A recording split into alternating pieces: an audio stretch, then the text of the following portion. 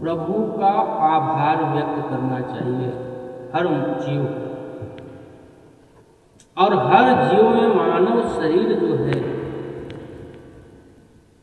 ये मानव का तन बड़े भाग्य से मिलता है।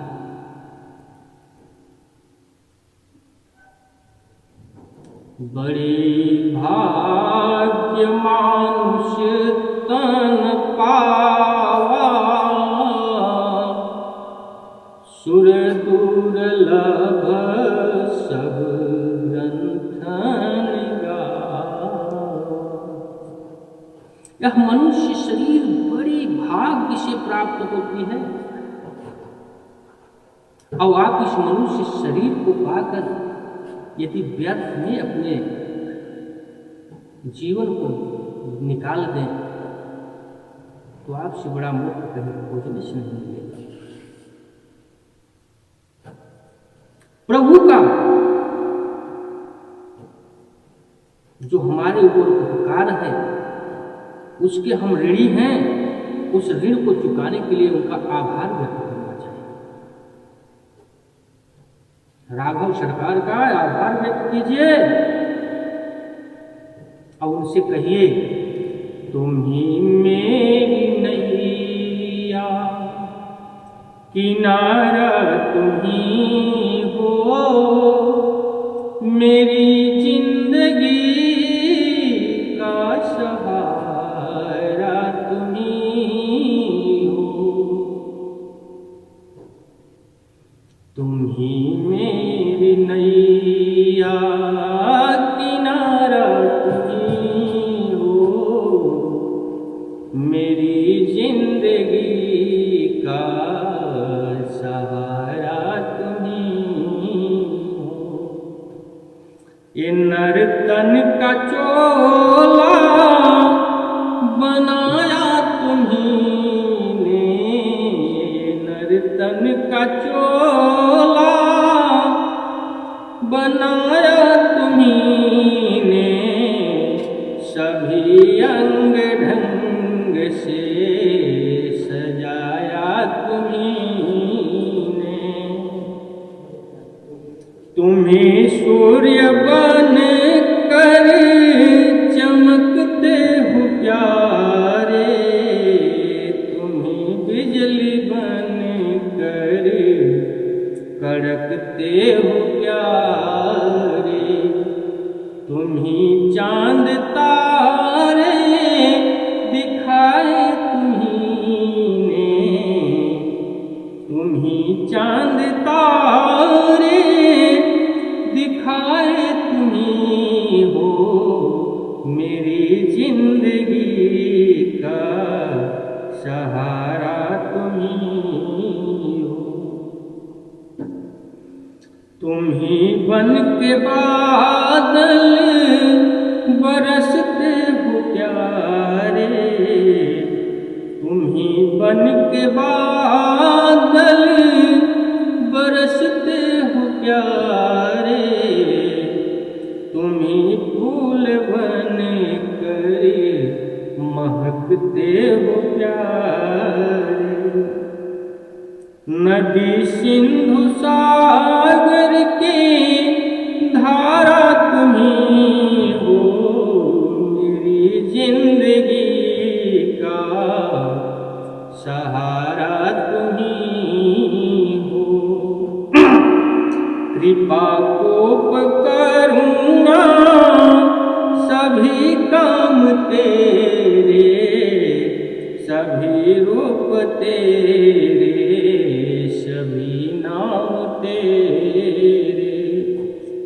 यति भिक्षु सद्गुरु की माया तुम्ही हो, मेरी जिंदगी का सहारा तुम्ही हो।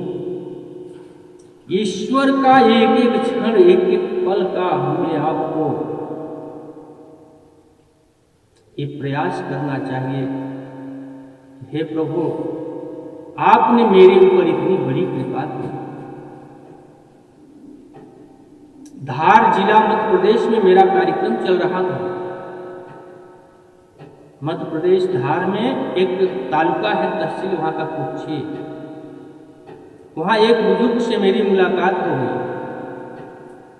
बुजुर्ग रो रो के हमें बताने लगे, महाराज जी मैं एक बार हॉस्पिटल में एडमिट हो गया। अब एडमिट हुआ, 1 हफ्ते तक मुझे आईसीयू में रखा गया, और जब मैं वहां से निकला तो मुझे 1.5 लाख का बिल पकड़ा दिया गया। और जब डॉक्टर मुझे 1.5 लाख का बिल दिया तो मैं रोने लगा। तो डॉक्टर सोचा कि पैसे कम हैं बाबा के पास इसलिए रो रहे हैं। बोले डॉक्टर साहब बाबा पैसे आपके कम कर दिए जाएंगे, आप रोइए मत। तो उस वृद्ध पिताजी ने क्या कहा, बोला बेटे मैं रो नहीं रहा तुम्हारे पैसे के लिए। मैं रेलवे में इंजीनियर था और रिटायरमेंट हूँ, मेरे पास पैसे की कमी नहीं। मेरे बेटे बहू भी रेलवे में है, मेरी पत्नी भी रिटायर हो गई है रेलवे से, इसलिए मुझे पैसे की कमी नहीं, मैं पैसे के लिए नहीं रो रहा। तुम 1 हफ्ते का 1.5 लाख रुपए बना दिए, और जो मुझे जन्म से लेकर के आज तक ऑक्सीजन प्रदान कर रहा है उसका कितना बड़ा पेमेंट हो गया हो, मैं उसको कैसे भरूंगा, मैं इसलिए रो रहा हूं। वो ईश्वर जो जन्म दे करके आज तक मुझे ऑक्सीजन निःशुल्क उपलब्ध कराया, उसका मैं तो आज तक कुछ किया ही नहीं। अब तुम 1 हफ्ते में 1.5 लाख का पेमेंट मुझे दिखा दिए, अब उसका जन्म से लेकर के आज तक कितना बड़ा पेमेंट हो गया होगा, शायद मैं नहीं कर पाऊंगा। बोले गुरुजी अब हमें प्रभु के उस पेमेंट को भरने के लिए आप रास्ता दिखाइए।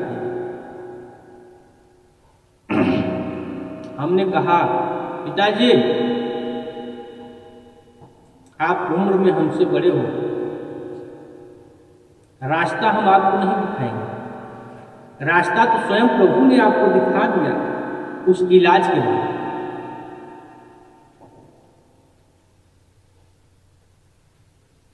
स्वयं लीला बिहारी की कृपा थी जो आपके दिमाग में ये बात आई। और ये बात आप लोग कान खोलकर सुन लीजिए, जिस पर प्रभु की कृपा होती है प्रभु उस पर बारंबार कष्ट डालते हैं, बारंबार उसे प्रताड़ित करते हैं, कष्ट देते हैं, नाना प्रकार से उसे कष्ट देते हैं। क्यों देते हैं? लोग कहते हैं मैं इतना पूजा पाठ करता हूं, भजन करता हूं, फिर भी मैं परेशान हूं। रहोगे, यथार्थ सत्य है, हमारे शास्त्रों में प्रमाण है। जो सत्य पर रहता है, जो प्रभु के चरणों में रहता है, सदा वो परेशान रहेगा। क्यों रहेगा? जो परेशान रहता है उसी के यहाँ भगवान रहते हैं। क्योंकि जब पांडवों से युद्ध हुआ महाभारत में, युद्ध समाप्त होने के बाद जब प्रभु श्री कृष्ण चल देते हैं, माता कुंती रोने लगी, बोली प्रभु ये सुख मुझे नहीं चाहिए, ये सुख मुझे नहीं चाहिए कि जब कष्ट मेरे ऊपर था तो आप मेरे साथ थे, और जब सुख आया तो आप जा रहे हो। ऐसा सुख मुझे नहीं चाहिए। तो जब आप सुखी होंगे प्रभु आपके पास नहीं होंगे।